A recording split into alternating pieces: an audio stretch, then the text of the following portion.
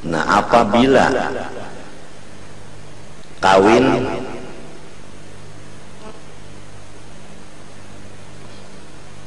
kada bajujuran, maksud kada bajujuran itu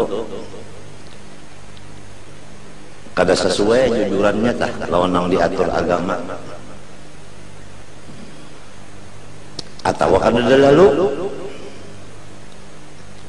berkumpul hukumnya zina. Nang kedua, apabila kawin nang mengawinakan tah walinya tah fasik, maka kada sah nikahnya. Jadi lamun pangulu, janganlah pangulunya fasik, kena nikah orang kada sah.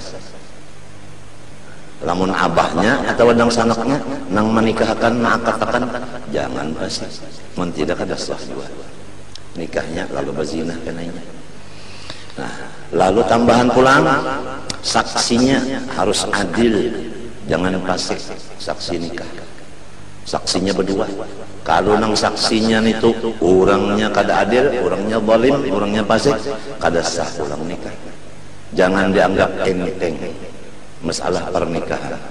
Bukan hanya ijab kabul, tetapi ada syarat masrutnya. Itu harus cukup. Nah dan masalah wali adal itu jangan diulah-ulah, karena sudah bapak pacaran lalu buka mencari dua marhalah sampai di sana atas jalan, artinya atas madhab wali adal, si pengulunang di sana, hakim di sana menikahkan. Jangan, semestinya diselusuri dulu. Kalau pina dua belah pihak, binian lakiannya nyaman, guring, iyalah. Nah, antara dua belah pihak yang tuha-tuhanya, kira batungkihan. Nah itu, lawan akhirnya kada rame kena. Nang ini kada kau baelang kayak nang babiniannya, nang bobohan babiniannya kada kau baelang lawan lakiannya sampai kematian kada balawat-lawatan, karena asalnya anak sama anak kawinnya kada disetujui, kada direstui oleh dua orang tuanya. Itu hawas, hati-hati juga salah. Itu jadi wali adal itu nang bujur-bujur, jangan diulah-ulah. Wali hakim nang bujur-bujur.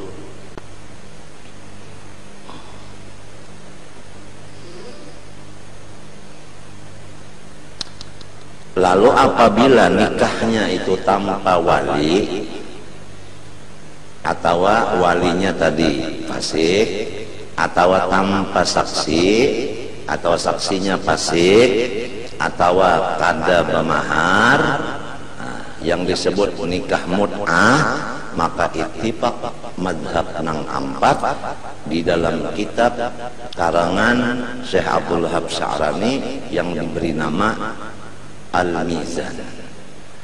Maka di situ menyatakan bahwa ittifaq madhab yang empat, Imam Syafi'i, Maliki, Hanafi, Hambali, bahwa nikah mut'ah yang diulah oleh ahli-ahli Syiah maka itu hukumnya zina, dan hadisnya bikinan Syiah, bukan hadis nang bujur kada.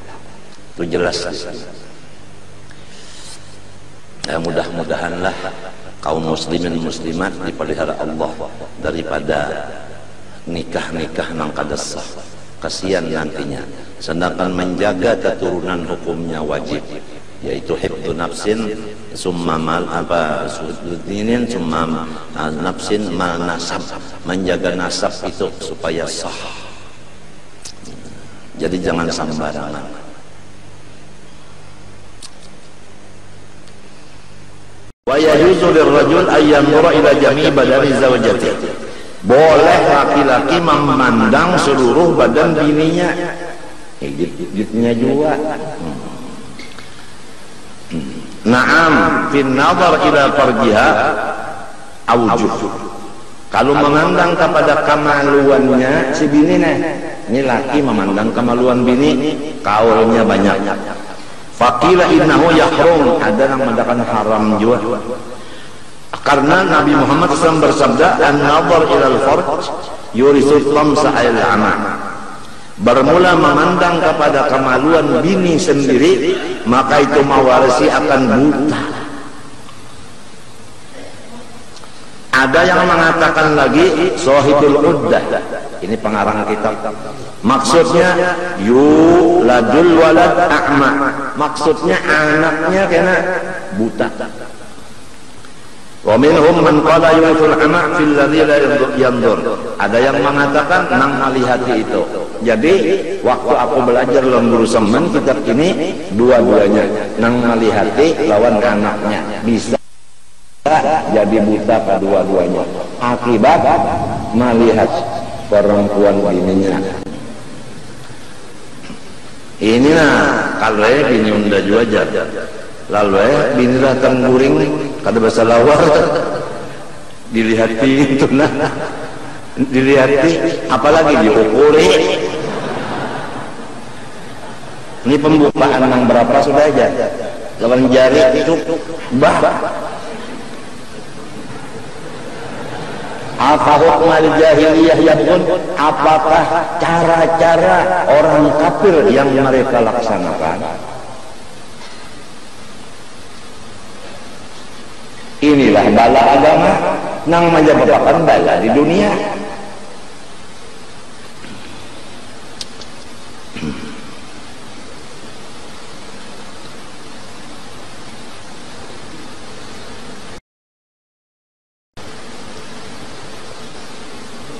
Kalau parut sendiri itu pun makruh kita melihatinya.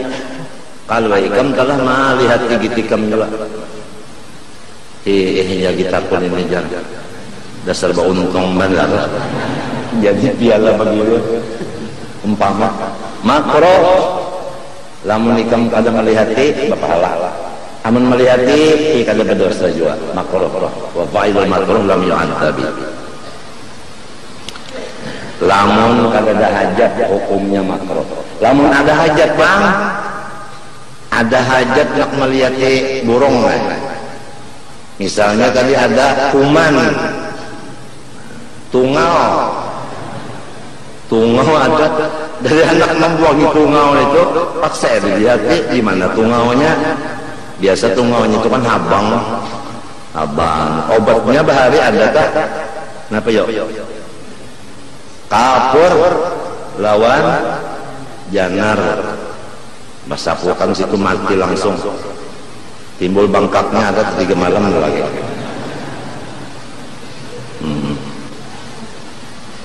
Mun orang wahim itu kan nyakap orang janar ngalih, cari akannya minyak cakapak, ini bagi siok burung kepanasan. Itu kapal lonjangnya tahulah ya ke orang wahini kah? Iya ngaran nah pengarannya antibiotik. Kapal lonjangar itu antibiotik ya. Kapal lonjangar antibiotik ya. Wah ini benar ya orang. Napa nang sama lonjanar? Napa nang sama lon kapur? Oh jat kapur ini. Jat janar ini diulahnya nang sama lawan itu ngarannya kimia. Jadi kadang alami kadang sekarang banyak sudah harta nang haram. Di antaranya kada bakat. Di antaranya berjual barang nang sudah jadi utas galang medalion anu bonel, di situ ada emas, lalu berjual belinya berutang-utangan, padahal itu hukumnya riba.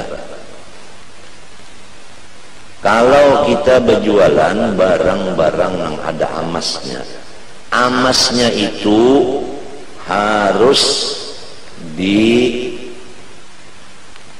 kontan. Adapun intannya atau matanya itu boleh berutangan. Emasnya itu wajib kontan.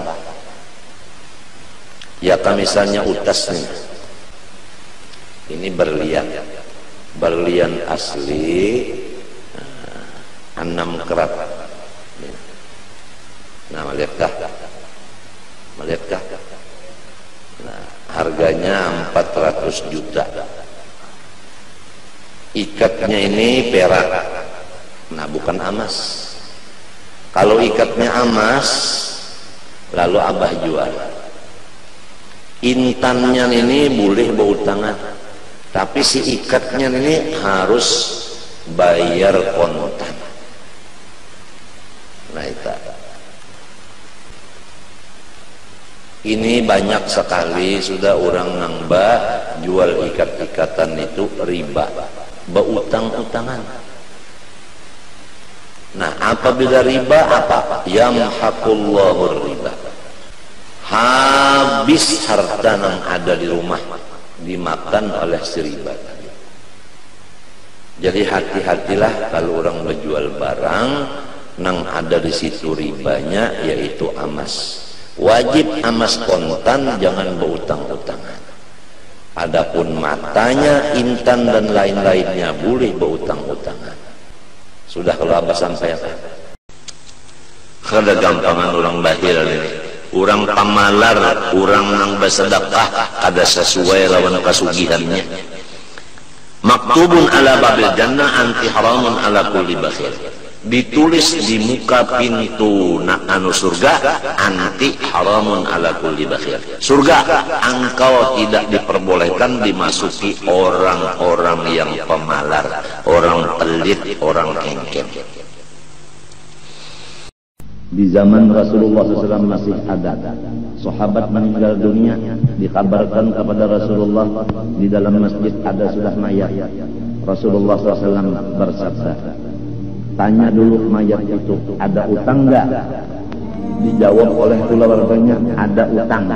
Kata Rasulullah, silahkan yang lain menyembahyangkan, saya tidak ikut menyembahyangkan. Rasulullah tidak mendoakan kepada orang-orang yang mati mengandung utang. Luar biasa. Sedangkan utang 1000 bayar 1000 boleh. Dalamkan itu ruginya. Rasulullah tidak mendoakan kepada orang itu.